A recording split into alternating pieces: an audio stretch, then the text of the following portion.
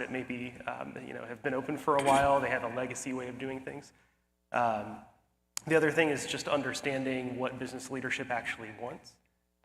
It's really easy to go to a user and identify a bunch of use cases and then ultimately find out that, well, it's not super valuable or it doesn't resonate with leadership. One of the important things is finding a champion early, someone who has the funding and has the willingness to kind of try something new. So as we were identifying these different leaders, one of the important things was just understanding we have to start with what they care about and kind of work backwards to, now that we understand the high-level business objective, now we got to walk back to the users and kind of say, okay, here's how that translates into the work that you're doing, and here's how we think we can make tools that improve that experience. And then lastly, the digital and IT infrastructure piece of it.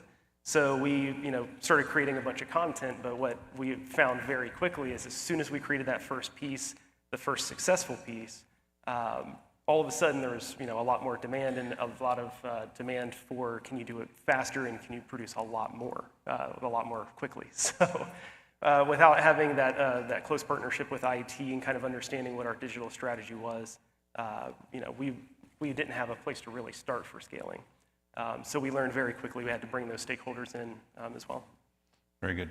Now, speaking of that tight collaboration with IT, Laura, you bring a unique perspective at Daimler. First off, you learned lessons at Ford, which was one of the original XR pioneer companies, and you went to Daimler, and you're actually in the IT group. So how does that help you spread adoption of XR by we think of visualization experts often leading the XR, but in IT, you've got kind of a more scalable platform, I would think. Yeah. When I was at Ford, I was in the engineering department, and so I had a very engineering focus to this technology and how we could use it there. It was really early. It was really easy to see that this technology could be used throughout the company in different areas outside of engineering. And so what I learned was it's really important to understand exactly how this technology could be used in different areas. And so when I went over to Daimler, I was in the IT organization. And so with a technology focus, I was able to adapt the technology to the different areas of the business and understand, how it could be leveraged in different areas. But IT can also standardize the type of headsets that you're using and the safety protocols and get it all into the network and things like that. So there's pros and cons, but I would say IT is really where it starts if you want to have this technology pervasive throughout your company and leverage all of the different benefits that it can bring. Absolutely. It's interesting that, when I first started NVIDIA 8 years ago, I'm business development. I went to Germany, met all the car companies, and I met with designers. I'm going back in a couple weeks, and I'm meeting, instead of the designers, we all know each other, I'm actually meeting all the IT departments, right? So it is a show of maturation of the environment, of the technology, I think, that we're seeing IT get heavily involved. So a lot of us think of the progression of XR as a POC, a proof of concept, into production, right? But those POCs, we all know, live and die pretty quickly. And I think, from Nikkei, I'm going to ask you, when you've got a POC going, what are the danger signs that maybe this POC won't make it, right? What are early warning signs that we can maybe redress what we're doing and change direction? Sure. So the first one I'll talk about is engagement. During POC, I call it after the wow factor, right? When the novelty wears off for a user. What do you do when they're not as engaged as in the beginning because you know that their engagement gives you enough data points to be able to prove the concept? So I would say bake in incentives for your users for the POC and ensure that you're upfront about the level of commitments that you would require of them to be able to have that data to prove your concept. The other thing I would mention is complex integration. If you have a complicated integration for POC, it gives a sense of a higher degree of complexity for full deployment. And so you want to go for the lightweight integration for your solution so that you can at least go past the fear of integration when you want to get to deployment. The third and final piece I'll talk about is data security. If your organization is like mine, where data security is very crucial to anything you do, you want to make sure that you don't raise any red flags during the POC security review, because the red flags will mean that you'll probably get blocked at the end to not go for deployment. Now, let's say you have a POC that's successful and you're going to scale up and all that kind of work. So Ford is a master at this. They've been doing it almost longer, I'll say longer than anybody else in enterprise. So what are the most critical success factors and challenges when moving an XR project from POC to production in the manufacturing environment? Yeah, so production is manufacturing environment or industrial environment. We have a very good high success rate converting our POCs to production. And it was not the case a few years ago. I remember 7 years ago, I had like half a dozen POCs in flight with no success in sight. So we focus on strategies, plans to actually successfully convert those POCs and deploy them in production. One of the things that we learned, or we do now, is we just don't consider POC as a trial or evaluation, but rather than we consider it as a baseline and or foundation of your future deployments. There are two important factors that I want to talk about that are critical. I mean, that are make and break and often ignored. That we don't do that, but we are now very focused on those. And those are your solution that you're deploying in production, the stability of the solution and the scalability of the solution. The stability of the solution is basically the solution should be available and accessible to the user without any disruptions. Like when we deployed our first 2 successful production deployments, one of the things that we noticed that the requests that were coming or the issues that we were seeing, none of them were solution-related issue, or minority was solution. It was device setup and configuration. It was enrollment into your MDM. It was your what you call connectivity with your corporate network, OS upgrade, firmware upgrade, solution side. If you bought solution side, that was release frequencies and then all that. So now what we do that we develop a very comprehensive business continuity plan at the POC stage. Also, so minimize the disruption. The other thing that we do that at the POC stage, early on the POC stage, we develop a disaster recovery plan. So if something breaks down, how are you going to bring that up? From the solution side, we work with our solution partners to make sure to limit the release frequency. We don't want 12 releases in 12 months. And then the second thing that we work with our solution partner is to have a tested and certified version of a software, so we don't see those trouble in our production environment. The scalability is the availability of solution to user at a scale, and then ability to handle that user at a scale and the data at a scale. So to do that, we make sure the solutions are ready, packageable, and then once we receive the request, we can deploy it globally within no times, without disruption. We have architecting the solution to be compatible with the corporate infrastructure. And the last thing that really pay attention to the hosting environments, they're designed and planned to manage that at scale. Very good. So we've kind of heard from all the way from the POC to we're rolling out to production. Volvo has a really interesting XR origin story. So Matthew, if you could kind of go through, I'm curious how the origin, so Volvo VR really took off during the pandemic when travel was restricted and people couldn't get around. And so how did that origin happen? And then how did that influence how you approach VR at Volvo now? Okay, so when we were in the situation during the COVID-19 pandemic, and there were a lot of restrictions regarding travel, of course, it was impacting people in many different ways. And we had a fleet, especially because we've been focused on electromobility as part of our 2030 goals, even beyond the 2050, to have as much of an electric fleet as possible in pretty much all of our markets. And we had many situations where we had trucks that were out, and we still hadn't done the necessary training on decommissioning and commissioning of the electric vehicle. So basically, these batteries have a lot of voltage in them. It can be unsafe, and we needed to have the technical training done.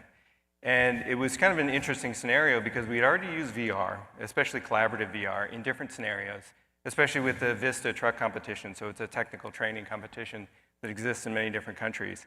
And in that scenario, you had someone who's basically acting as a foreman, and they're directing other people in VR space, but collaborative VR. So they're positioned in different spots, like kind of around an assembly line. They have to work together. It's all based on teamwork. But because of that experience, that successful experience in collaborative VR, when we realized we needed to do trainings pretty much immediately for electromobility, we created these multi-user sessions. So we had first train the trainer events where people were instructed on kind of what they needed to learn to then describe to other people. And we found that this was really useful because we could then leverage the 3D assets that we were decimating from the original CAD very quickly and then set up a fairly simple environment where you've got a garage, you've got a truck, you've got a couple different components that you're navigating through. But a lot of the onboarding aspects to a freestanding VR application, they weren't necessary. Like, you didn't have to train people on how to navigate through space or to interact with their environment. You'd meet the trainer as you joined a session, and they would explain these things to you. So it created this kind of social contract between you as the participant in the training and the trainer themselves. And what we found is this socialization really helped people to get familiar with working, especially in VR.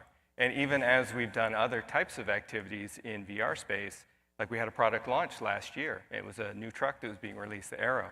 And we set it up so that you could participate many people at a time. And the reason why we did that, it would be your first experience in seeing and experiencing the truck, because when you're doing a launch of a new truck, it's often several months until that physical truck can be available in certain markets.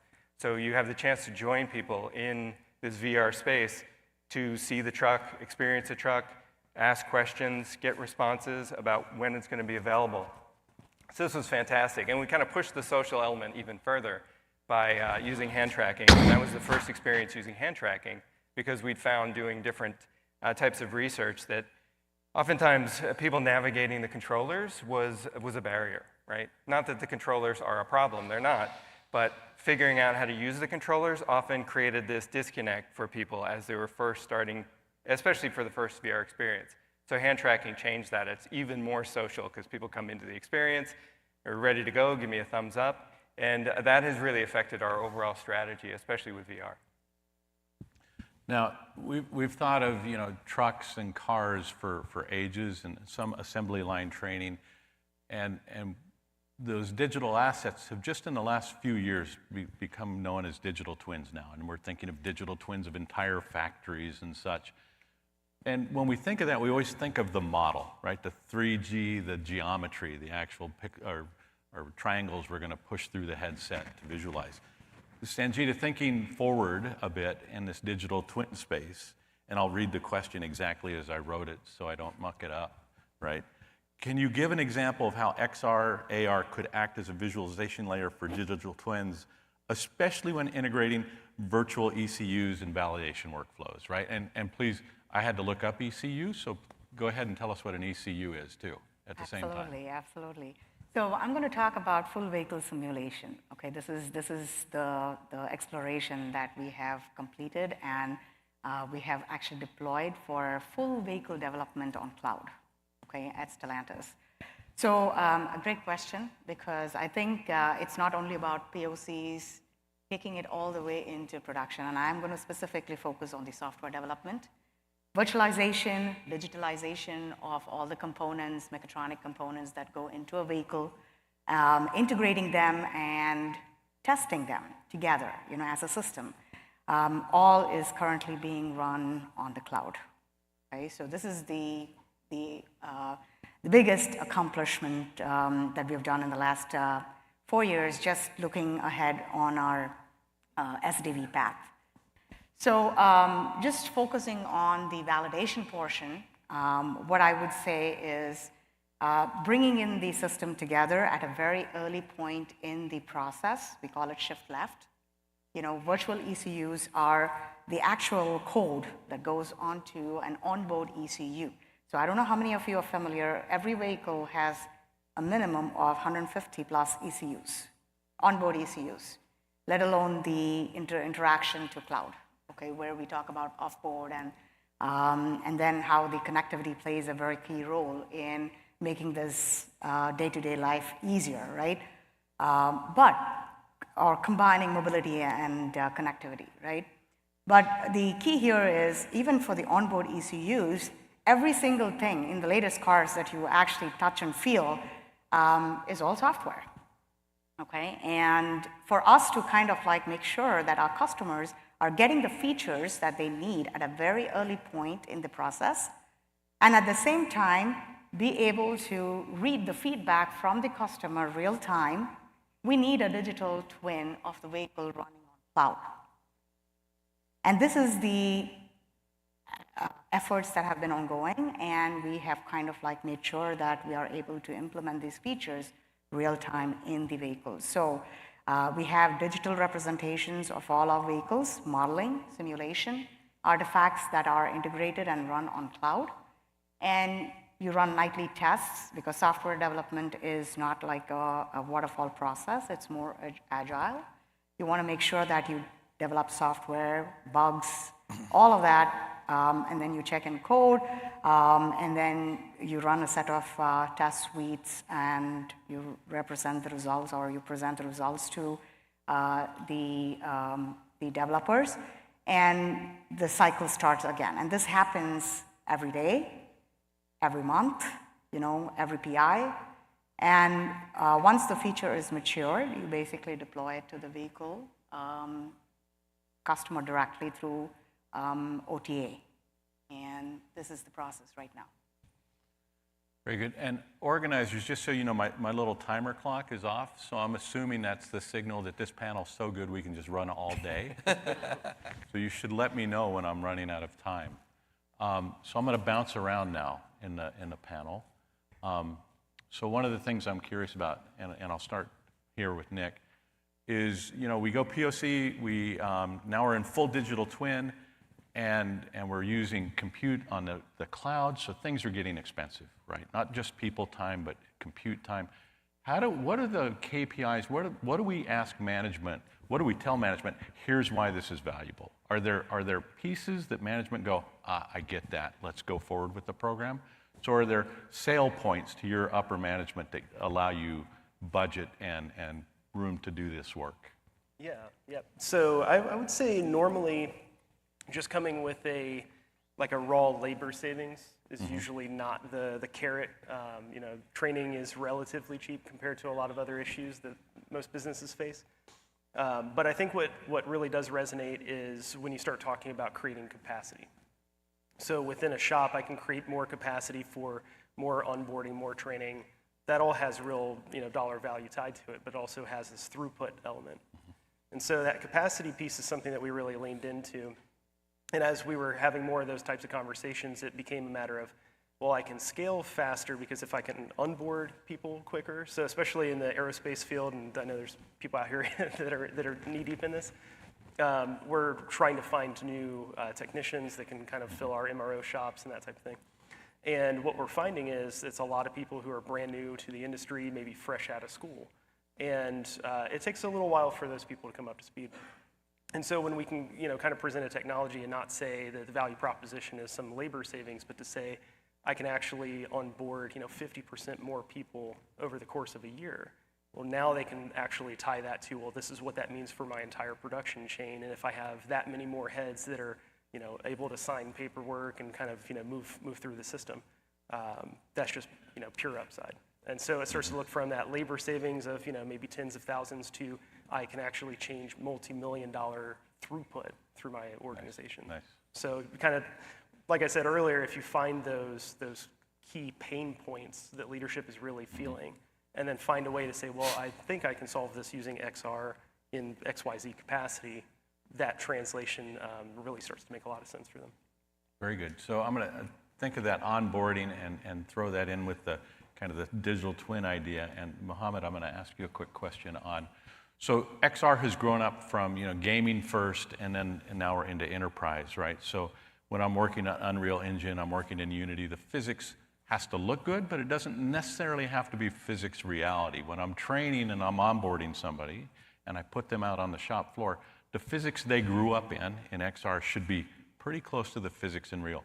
How do you work with this evolving ecosystem of vendors building your applications, training applications, and bring them up to enterprise level? Right? I know I'm going to get some blowback from the developers out there, so my apologies. But yeah, I'll try to be quick. I think the key is to build relationship with them. And actually, one of the things that I really don't like to do is call them vendors. I call them our solution partners.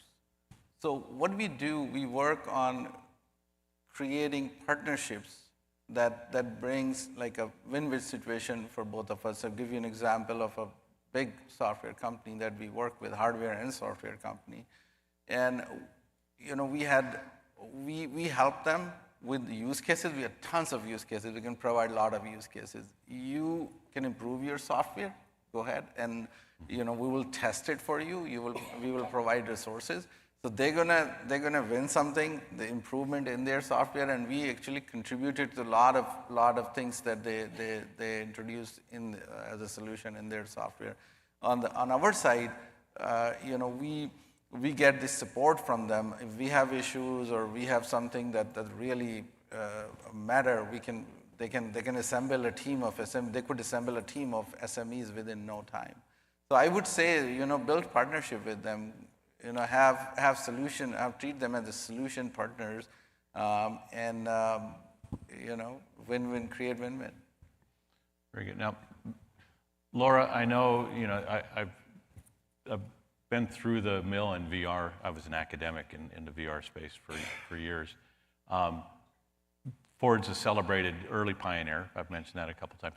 What did you learn at Ford that you were actually able to take over to Daimler? What are the best practices, right? You're an example of this early group of VR people now moving that early discovery out into the market. What best practices did you take out there to Daimler? Yeah, I think the key is looking at your stakeholders, finding a great stakeholder that knows the area of their business very well, and you yourself putting on that UX hat of truly understanding what your users are doing on a day-to-day basis, understanding how they get their data, how quickly they need to visualize it, what the ins and outs of their task is in order for you to present this solution that needs to succeed in that environment. You need to truly understand their job and also start with them at the very beginning so that they feel like they're involved in coming up with this solution. If you go to your stakeholder and say, I've got this really wow factor technology and I think you should use it this way, they're not going to feel as though they're part of coming up with the solution as well and not be as open to your ideas. If you're able to frame it in a way that it's a solution that you came up with together and you're truly trying to understand that area of the business, because at least from my perspective, I was very knowledgeable about what XR can do, but I don't necessarily know exactly the ins and outs of your job. And if I'm going to develop a tool that's supposed to make your job easier and more effective, it really comes down to exactly what do you need. Do you need really high quality visualization? Do you need something that turns around within a day? I really need to truly understand and put that UX hat on of understanding what the task is that you're trying to provide a solution for. Excellent, excellent. So Nikkei, the other panelists all work at aerospace, car companies, digital assets are fundamental, right? We've all been working in CAD from day one looking at digital assets. FedEx is not that company, right? So how do, so when you go, hey, designer, here's a car and we don't have to make a clay model, easy sale, right? Stakeholders get it right away. FedEx, not so much. So how do you address stakeholders in a training environment where it's a completely different story than an industry that started with physical assets like these? Sure. It's challenging, and that's because we're a different type of service organization. Most of our employees are not customer-facing employees. And so how do you sell that to management, the value that this employee or this VR trainings will bring to the employees? Usually what we do is start with the trainers and try to get their pain points, try to understand what the customer journey is, just like Leon said, and then build the value into that journey so that you can easily sell it to your stakeholders. We initially had a plan for a POC one time, but even business strategy changes, and then there's a pause on it. You just keep selling to your stakeholders. You're a salesperson, even though your job title is not sales. You continue to show what the value is, show the improvements in the solutions, just until you get them on board. And then hopefully you can prove your metrics and prove return on investment by the time you do the implementation. Very good. Now, Matthew, I'm gonna hit you with a question. You've got a really diverse organization on Volvo, right? And your vendors are diverse, but you also do a lot of in-house development. We do. So how do you select when it's going to be an in-house creation versus an outreach to a solution partner, as Mohammed has corrected my calling them from vendors? Yeah. I think in most of the scenarios where we're building XR digital products, we're using our internal teams. And the reason we do that is because the internal teams are already set up as agile, stable teams, and they're kind of pointed at the use cases already. We have teams where you've got Unity developers, UX designers, product owners who already understand how to implement AR. They might know a lot about model targeting and how to set up an AR training, or they're already well-versed in what functions best in an immersive VR where you have to do some storytelling. It might be a safety experience where you kind of have to walk people through what they need to know as part of the safety training. And because of that, it allows us to build out what is essentially like foundational products in each of these areas, in AR, VR, even projected augmented reality. But then the developers themselves, oftentimes we have tech leads that'll take a deep dive into a certain area like VR, but often our developers, because they're working in Unity in different ways, it might be that somebody's working on VR most of the time, but they know a lot about 3D cameras. So they'll work with a projected augmented reality team. It gives us a lot of flexibility internally to respond to use cases and build out different types of XR digital products. So we've found that it creates a lot of opportunity for us internally to have those teams that are already ready to go to build out different types of products. So I'm going to jump to the future again with Sangeeta. So when I think of a physical model being replicated by a digital twin, I'm trained in physics. That's what I did in school, so I always think physics is the hardest part, but that may not be correct. What are the challenges of aligning these physical digital twins with one another and making sure the performance is high fidelity? Fidelity, I think that's the right word, right? And I think you asked me a question about what is a virtual ECU, and virtual ECU is a virtual representation of all the code on an electronic control unit that you can run on the cloud. And fidelity is very, very important. We have different fidelity levels. Level 1 is simply maybe the application code, the feature code that runs on the cloud, whereas when you start digging into layers of the software, the more actual code that you can include in your simulation, the fidelity is more, right? And then this same concept holds good for even the representation of all modeling of the hardware that goes into a vehicle. So fidelity, how we kind of like make sure that whatever we run in a simulation environment matches what is actually run on a proving grounds, on the track, with the actual vehicle. I think this back-to-back testing really helps us to maintain the assets, the virtual assets, what we call as digital twins, on cloud for every one of our model years, brands, vehicles that we deploy. So typically the workflow is we take the older version of the vehicle and then we prototype it with new actuators, new sensors, new interactions, new displays we want to use for infotainment system.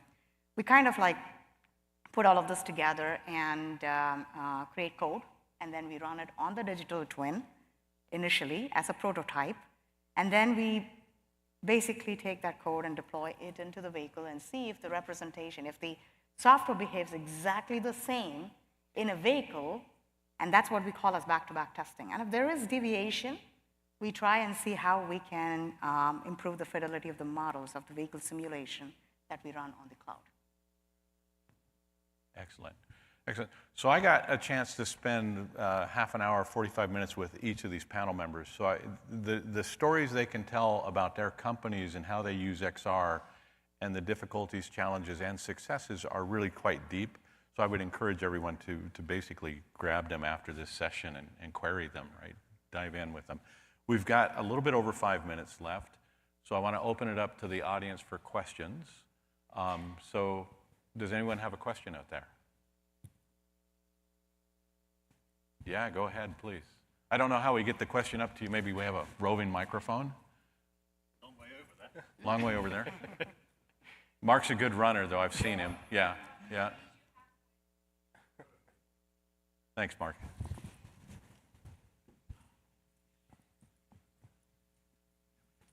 Thank you so much. Hi, good morning. My question is for the gentleman from Volvo. I was very interested in hearing about the social aspect of your immersive training. And I'm envisioning, is this being done in person, virtually? And then what platform are the other users simultaneously using the virtual experience? Do they all have headsets? How do you replicate that for people who are virtual? So I'd be very curious to learn more. Okay. Most of the time, the experience is completely remote. And we do have quite a few headsets. We use primarily Quest 2s and Quest 3s. So we had lots of options, but when we started, especially when I described during COVID-19, we bought 300 headsets and just said, hey, let's try this. And it worked out very well. So we kept expanding that fleet, moving from Quest 2 eventually to Quest 3. We find that they're super stable. They're easy to get into. People understand how to interact with them. There is a limitation on how many polygons you can push inside those devices, but we've found that we can decimate the models to the extent that it works out very well for us. And we tend to have sessions where you'll have a trainer that can have up to 10 people in a session. You could do more, but we found that after a certain point, it's diminishing returns, right? If you're trying to manage too many people in a VR experience, it doesn't really work very well.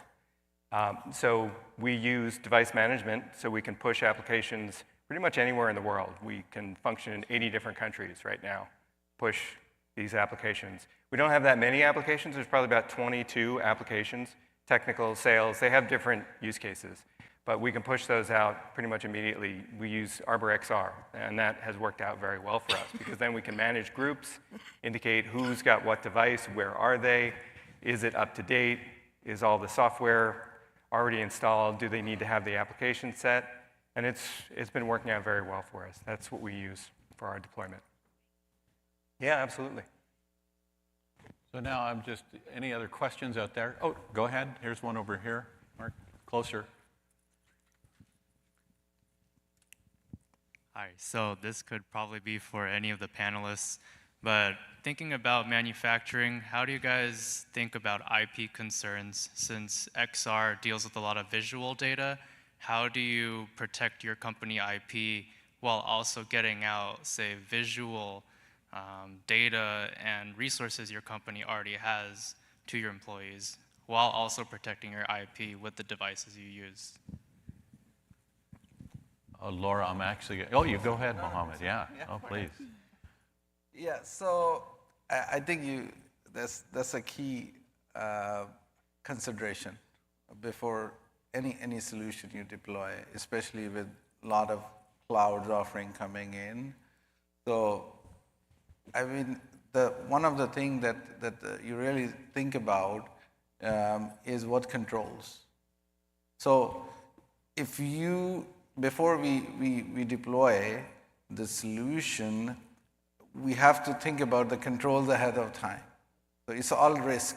So you have data. So what risk you can have? You can have data leakage, and then you can have I would say performance issues. And then because of to deal with those performance issues, you put your data on the local machines that put further risk. So what we do, that we have a very strong risk mitigation policy. And under that risk mitigation policy, we look at the risk associated with the data, security especially, and then we put controls in. So if it's a cards or commercial off-the-shelf software, then we work with them to have those controls in there. And if it's our own solution that we have developed, we make sure that we have proper controls in place to mitigate any risk, security risk. Excellent. And with that, we have about 30 seconds left, so I'm going to thank the panel. Thank you so much for attending and participating in the panel. It was great. And Mark, I think we're done, so we walk off the stage. Can we just walk that way? You can dance off the stage if you want to, but yeah, walking will be great. Thank you.